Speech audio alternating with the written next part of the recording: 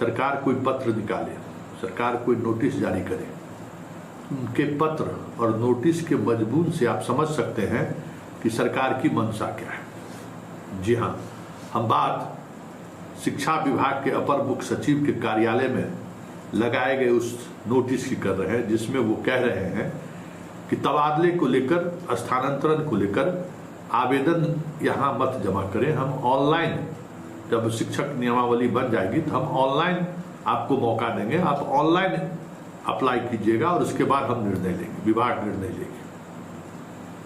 ठीक आज उनका विभाग के सामने ये नोटिस पर लगा है। 6 तारीख को इसी तरीके का एक पत्र मिथिलेश कुमार के द्वारा बिहार के सभी जिला शिक्षा पदाधिकारी को जारी किया गया है कि छात्र के अनुपात और शिक्षकों की स्थिति और कितने शिक्षकों की जरूरत है, ये आप 3 से 4 दिनों के अंदर में विभाग को उपलब्ध कराइए।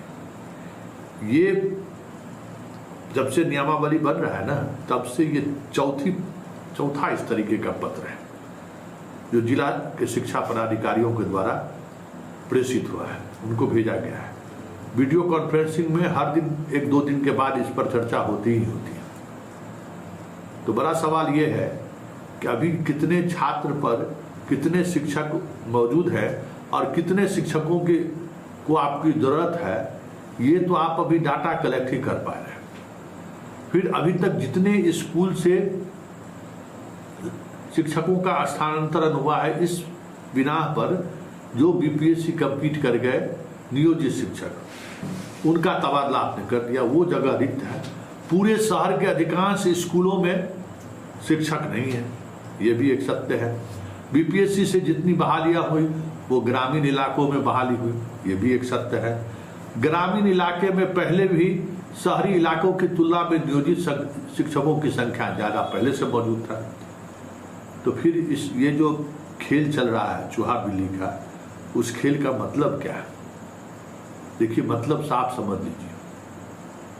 काउंसलिंग को लेकर जो चीजें सामने आ रही हैं वो भी आप समझ लीजिए।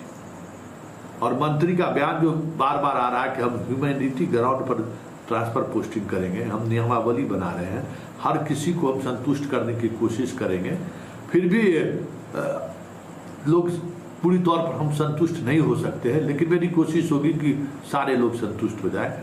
पत्नी पति को तवज्जो देंगे, विकलांग को तवज्जो देंगे।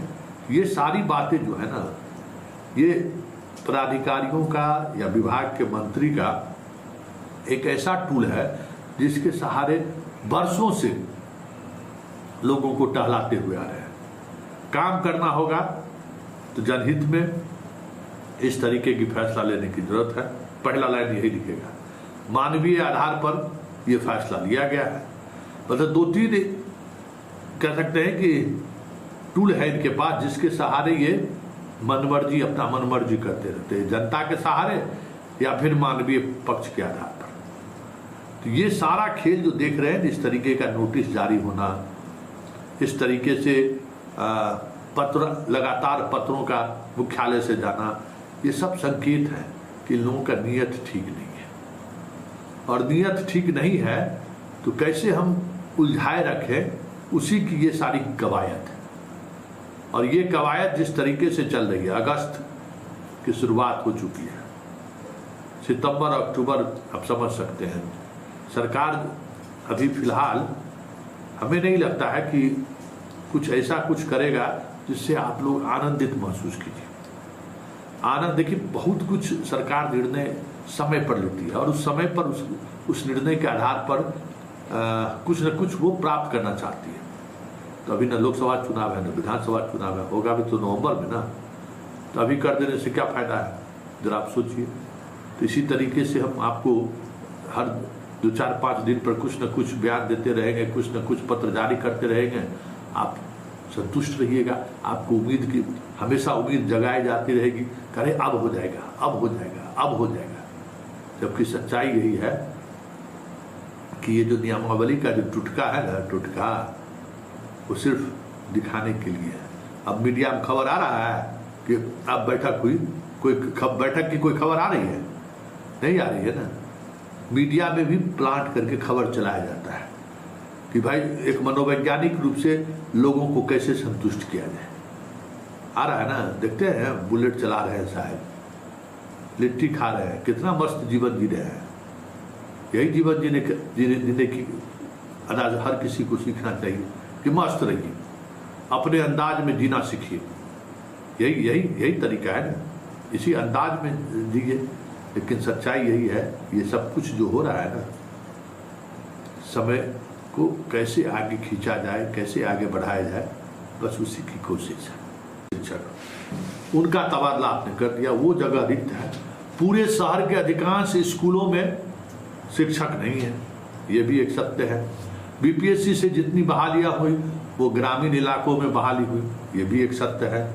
ग्रामीण इलाके में पहले भी शहरी इलाकों की तुलना में नियोजित शिक्षकों की संख्या ज़्यादा पहले से मौजूद था।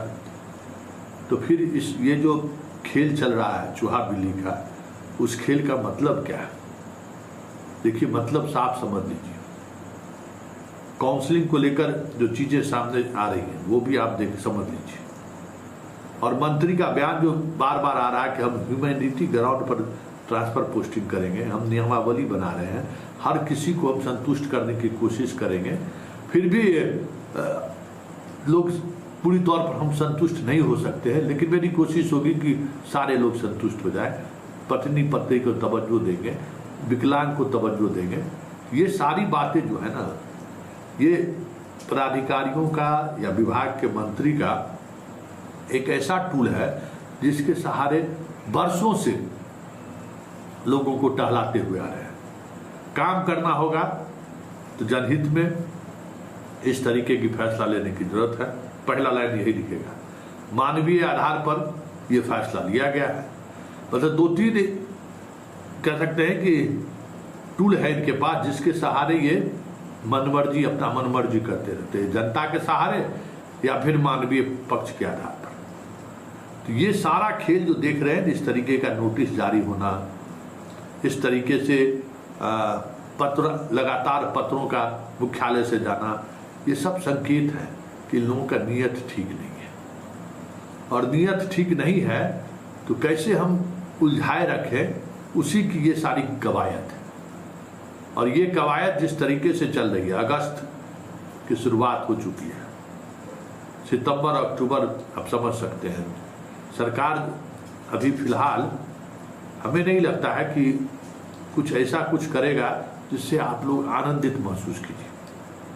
आनंद, देखिए, बहुत कुछ सरकार निर्णय समय पर लेती है और उस समय पर उस निर्णय के आधार पर कुछ न कुछ वो प्राप्त करना चाहती है। तो अभी न लोकसभा चुनाव है, न विधानसभा चुनाव है, होगा भी तो नवंबर में ना। तो अभी कर देने से क्या फायदा है, जरा आप सोचिए। तो इसी तरीके से हम आपको हर 2-4-5 दिन पर कुछ न कुछ बयान देते रहेंगे, कुछ न कुछ पत्र जारी करते रहेंगे। आप संतुष्ट रहिएगा, आपको उम्मीद की हमेशा उम्मीद जगाई जाती रहेगी, करे अब हो जाएगा, अब हो जाएगा, अब हो जाएगा। जबकि सच्चाई यही है कि ये जो नियम